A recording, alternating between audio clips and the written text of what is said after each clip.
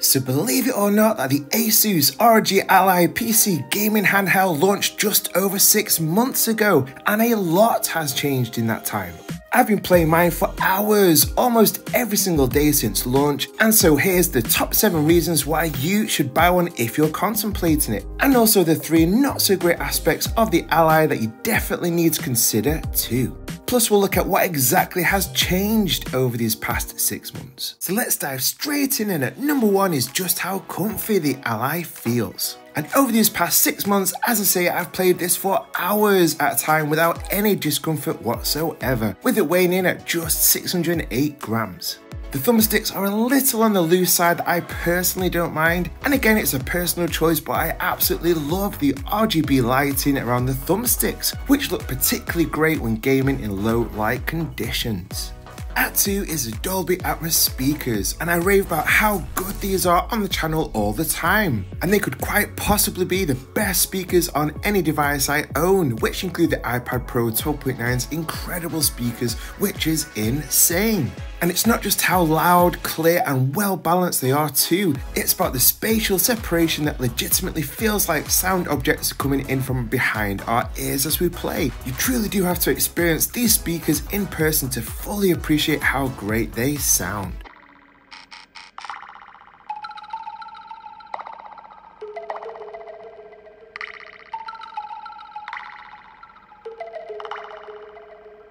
The fantastic 7-inch 1080p screen is at 3, and the level of details in textures and objects that we can see while gaming truly do add a fantastic level of immersion. So much so that it was this gorgeous screen that made me unable to play on my old 800p LCD Steam Deck in comparison. And it's not just about the full HD resolution too, as the screen also runs at up to 120Hz along with variable refresh rate, or VRR for short, which makes games look silky smooth. It's unreal.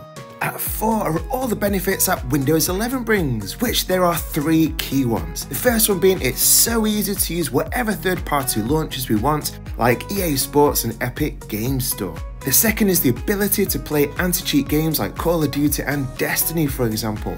And the third one, and for me one of the very best things about the Ally, is the ability to download and install Game Pass games natively onto the device, which truly is the very best way to play the vast array of Game Pass titles.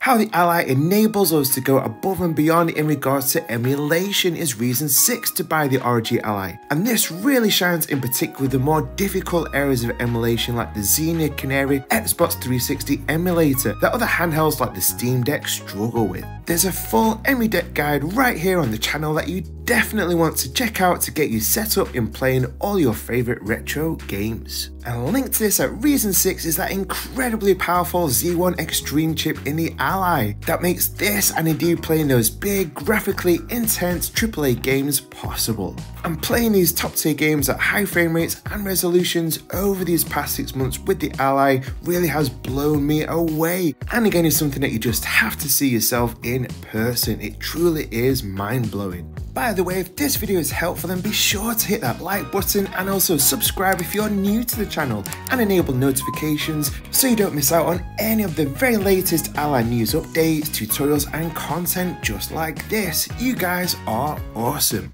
And finally at 7 is the fantastic job that Asus have done in rolling out a steady stream of updates to the Ally over these past 6 months to truly make a much more polished device.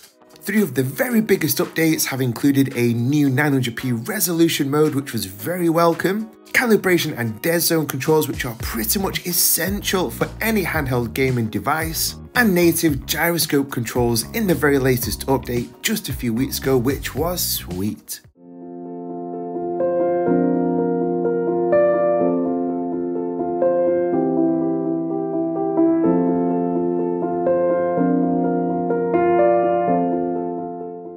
Okay, so starting with the not so great areas of the Ally, and at number 1 is Windows. And yes, while it does offer many benefits, it's also just not designed for a portable handheld gaming device. Even with such a basic feature like sleep and resume mid-game results in games often not working properly after leaving for more than say half an hour, with stuff like audio glitches happening.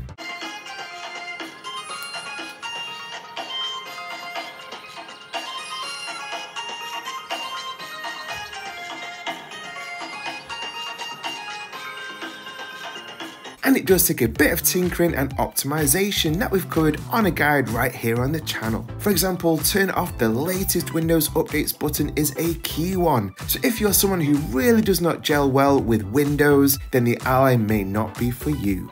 The second is the battery life, in that you won't get much more than an hour in playing those heavy-hitting AAA games if you're not plugged in, with us not getting much more than 3 hours if we do much more lightweight gaming like retro emulation or PS5 remote play, for example. This is in contrast to, say, my brand new Steam Deck OLED, and I'm getting 12 hours. Yep, that's right, 12 hours. When playing retro titles and lightweight games. For me personally though, this isn't too much of an issue, as I don't mind plugging in wherever I'm playing the Ally, like on the couch or in bed, but this may be an issue for you if you play a lot where a plug isn't available, or for some reason you just hate having to plug in a lot. And finally at 3 is the biggest thorn in the Ally side, which is the much documented SD card issue. And this is so random, as some day one Ally owners like our great viewer Gumbo Sun 1974 have had no issues whatsoever, but there have been a large number, including myself and AJC559, where our SD card slot does not work, and at worst has even damaged SD cards. Now, something that Asus have fixed this issue in recent production models, but a whopping 62% of you voted that no. From what you've seen, that there are still SD card issues present. So if you do plan on getting an Ally, just know that it is a risk to use the SD card slot, which is a shame on such a premium handheld like the Ally. After playing my ROG Ally for literally hundreds of hours over these past 6 months, then it really is an incredible device that I 100% recommend. And if you're thinking of getting the Ally, then let us know if there's anything holding you back from buying it in the comments below. And if you are an ROG Ally owner, then are you one of the whopping 80% who voted it either great or incredible on a recent poll on the channel? Let us know in the comments what you love most about the device. And as a thank you for watching right to the end of the video, here's an awesome quote. A lot of the pain that we deal with are only just thoughts. Let them go. You deserve to hold on to more. Many times it's our own negative thoughts that are our own worst enemy, but let's focus on being grateful and the positive things we have in our lives. So stay encouraged today, guys. And check this video out if you want to know the first 7 things that you should do with your brand new Ally. I appreciate every single one of you for watching, and I'll see you in the next one.